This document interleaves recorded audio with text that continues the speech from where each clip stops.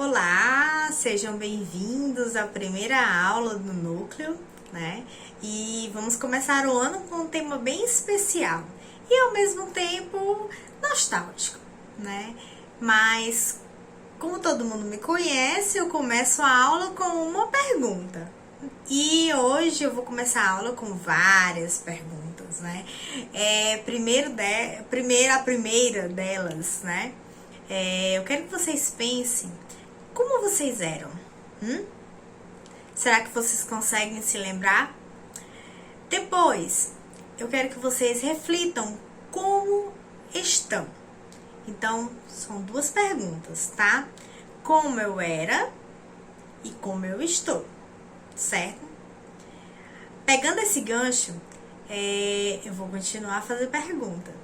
Será que somos, agimos e pensamos igual ao ano passado? Qual é a opinião de vocês?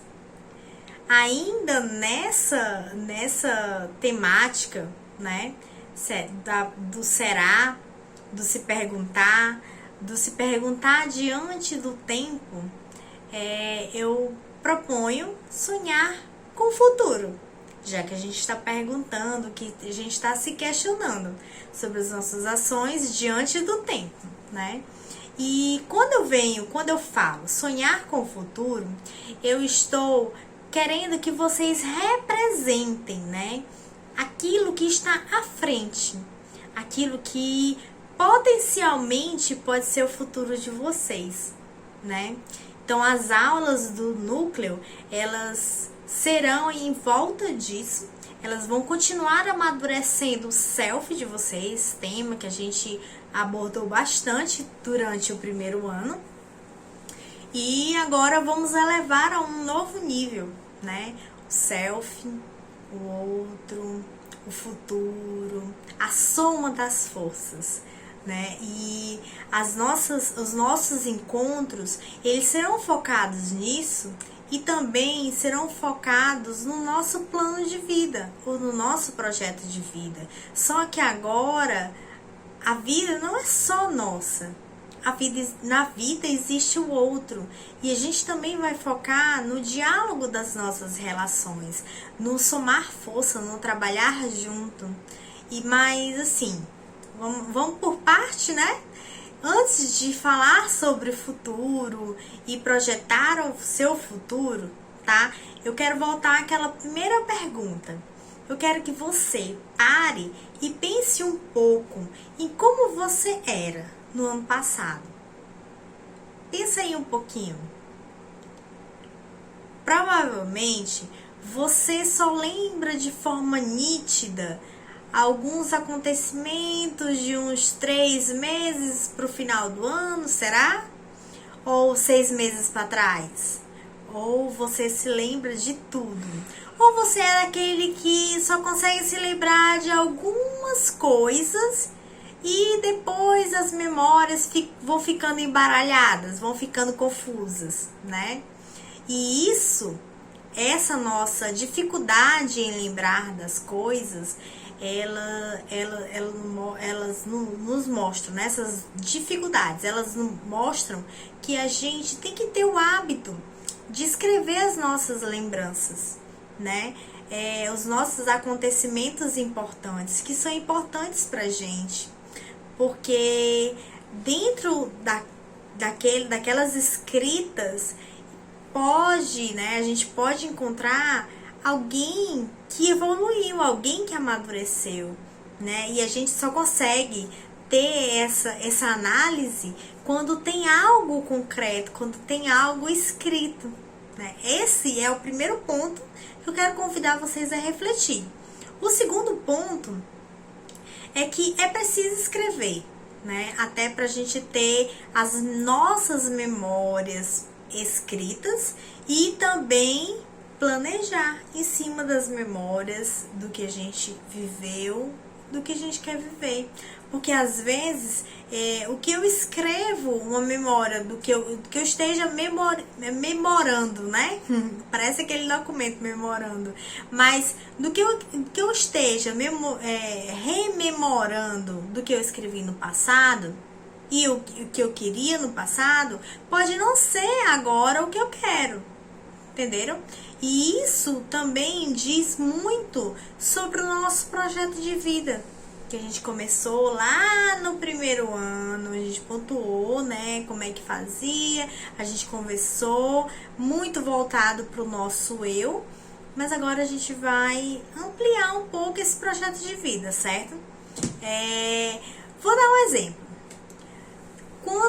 Quando eu falo de projeto de vida e por que é importante anotar isso, né?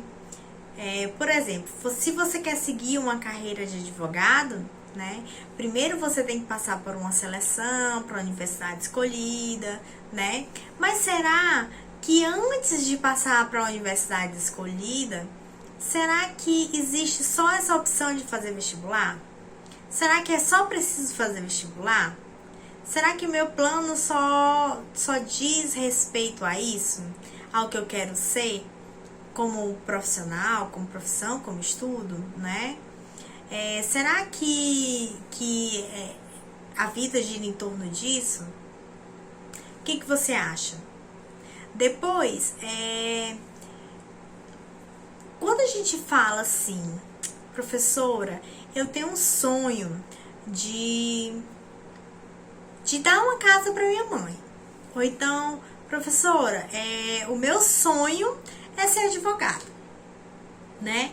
O primeiro ponto que eu vou começar, inclusive a aula do núcleo, aliás, eu vou começar a pontuar na primeira aula do núcleo, é que nós vamos estimular, né? Nós vamos exercitar, essa é a palavra, nós vamos exercitar, trocar a palavra sonho por quero, certo? Essa é a primeira troca. E vamos melhorar ainda, né? No quero, no vou pro quero. Então, assim, a palavra sonho e quero, a gente vai substituir as duas, sonho e quero, para vou. Porque quando eu digo assim, eu quero, tá muito no campo ainda subjetivo, né? Eu quero mais, sempre tenho mais. Quando eu digo sonho, é algo que tá bem distante, né? E quando eu digo vou, eu decidi, eu estou decidida a ir, né? Olha como muda o sentido das frases. E aí eu vou até colocar como umas colocações mesmo de que a gente fala em sala de aula, né? Qual é o seu sonho? E quando você diz assim, o meu sonho é ser biomédica. Agora assim, eu quero ser biomédica. Aí vamos pegar o quero e vamos trocar por vou. Eu vou ser biomédica. Olha a diferença. Quando eu pego também a frase, eu sonho em ser engenheiro. Aí eu vou pegar o sonho e vou substituir por vou. Eu vou ser engenheiro. Olha só a diferença. Até o valor da frase muda. Até a entonação muda, né? Muda tudo. Agora, eu quero que você feche os olhos, né? Pensa você entrando na universidade para cursar a sua tão planejada profissão. Isso é um exercício, viu, gente? É fechar os olhos e imaginar você já concretizando, né? É um exercício muito legal e é legal também manter sempre essa idealização, porque você idealizando, você se vendo, né? Você se sente motivado, você vai manter a sua garra sempre ativa, né? Você fazendo esse exercício de visualização sempre que acordar, o dia vai ser muito mais produtivo. As coisas, o que você estudar, vai ter muito mais sentido. Você vai encontrar significado para o que você está estudando, né? E nisso tudo é para dizer que você é o seu maior motivador, né? É a sua vida que está nas suas mãos. Agora você pode até me dizer assim: ah, professora, eu não tenho a mínima ideia do que planejar para o meu futuro, né? Aí não sei, não sei o que eu quero ser, não cheguei a pensar sobre isso. E aí eu digo assim: não, mas peraí, não desiste, não se aveste, né? Porque todo dia a gente está descobrindo novas coisas, né? O que gosta, o que não gosta. Todo dia a gente está construindo conhecimentos, todo dia a gente está evoluindo. E é nessa evolução que a gente descobre outras coisas, que a gente descobre conhecimentos novos, que a gente formula novas perguntas em busca de novos conhecimentos, né? Agora, todos os dias a gente tem que fazer essa autorreflexão, né? Porque é através das nossas tomadas de consciência que a gente vai crescer como pessoa, né? Antes de pensar no meu profissional, como a gente viu lá no primeiro ano a gente pouco falou sobre profissional, sobre projeto de vida na área acadêmica, no projeto de vida na área acadêmica não, porque a gente falou muito, né? Mas projeto de vida na área profissional, a gente pouco falou. Por quê? Porque o importante é vocês amadurecerem o eu, né? A nossa relação conosco, a nossa relação com o outro imediato da minha sala, com o outro de casa, né? Com os trabalhos em grupos, com as vivências. Porque é esse amadurecimento que vai abrir o nosso campo de visão, a nossa análise, o nosso conteúdo, a nossa vivência, certo? Então, isso começa nessa... Essa ideia começa nessa reflexão, né? Nessa autoavaliação. E aí, pegando esse gancho da autoavaliação e do que a gente estudou no primeiro ano sobre o nosso self, eu quero que vocês pensem agora no sentido de consciência, né? De autorreflexão, de consciência em crescimento, crescer como pessoa, tá? E aí, nessa tomada de consciência, eu quero fazer algumas perguntas que vocês vão me responder mentalmente, tá? Não precisa me responder pelo WhatsApp, não precisa me responder pelo Google Classroom, nem por e-mail, tá? Vocês vão só responder, é um exercício de autoconsciência. Primeiro, assim, a primeira pergunta: você exige muito dos seus pais, ou dos seus avós, ou dos seus tios, ou das suas tias, ou do seu irmão mais velho, ou da sua irmã mais velha, alguém que seja responsável por você de imediato, né? Porque nós temos várias configurações de família, certo? Pensa aí um pouquinho. Depois, eu quero perguntar quais as obrigações dessas pessoas, qual a obrigação dessa pessoa com você? Do que ela é obrigada com você? Depois, a pergunta número 3 é: o que eles deveriam dar para você e que ainda não deram? E por que eles deveriam dar? Ou por que eles deveriam fazer? Depois, é uma autoavaliação agora. Você merece o que exige deles? Por quê? E de onde vem todo esse mérito? Pensa aí nessa autorreflexão. Mas aí você pode se perguntar: por que eu tenho que fazer essas perguntas, hein, professora? Aí eu até respondo: além do exercício de autorreflexão, né, as suas respostas dirão o quão habilidoso socialmente você é. Porque habilidade social é um conjunto de comportamentos, de atitudes que ajudam nas nossas relações sociais, né? Com o próximo, com os nossos familiares, com os nossos colegas, com os nossos professores. E a habilidade social você aprende ao longo da vida.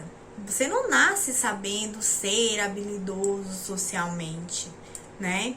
Você aprende lidando com outras pessoas, fazendo trabalhos em grupo, se propondo a estabelecer relações de amizade, né? E quando a gente fala em habilidade social, outra palavra entra no debate, né? E essa palavra é resiliência. Inclusive, a resiliência, né? Se você não sabe, você pode até ter confundido ou confundir resiliência com obediência. E elas são duas coisas totalmente diferentes, né? A resiliência é a nossa capacidade em lidar com os problemas, né? A capacidade de nos adaptar às mudanças, né? A superar os obstáculos, a resistir às pressões em situações adversas, né? Então, como o choque, como o estresse, né? Algum tipo de evento traumático, entre outros, né? Aí a resiliência não é só isso, é também deixar-se ajudar ou ser ajudado, né? Porque ser ajudado ou deixar-se ajudar é uma outra habilidade que aprendemos quando temos um diálogo aberto entre pessoas das quais confiamos, né? Ou algum nosso familiar. Então, essas são palavras que a gente que você vai ouvir muito durante o ano, né? No decorrer, a gente vai falar muito sobre isso, sobre as nossas relações, sobre ser resiliente, sobre dialogar, sobre trabalhar em grupo.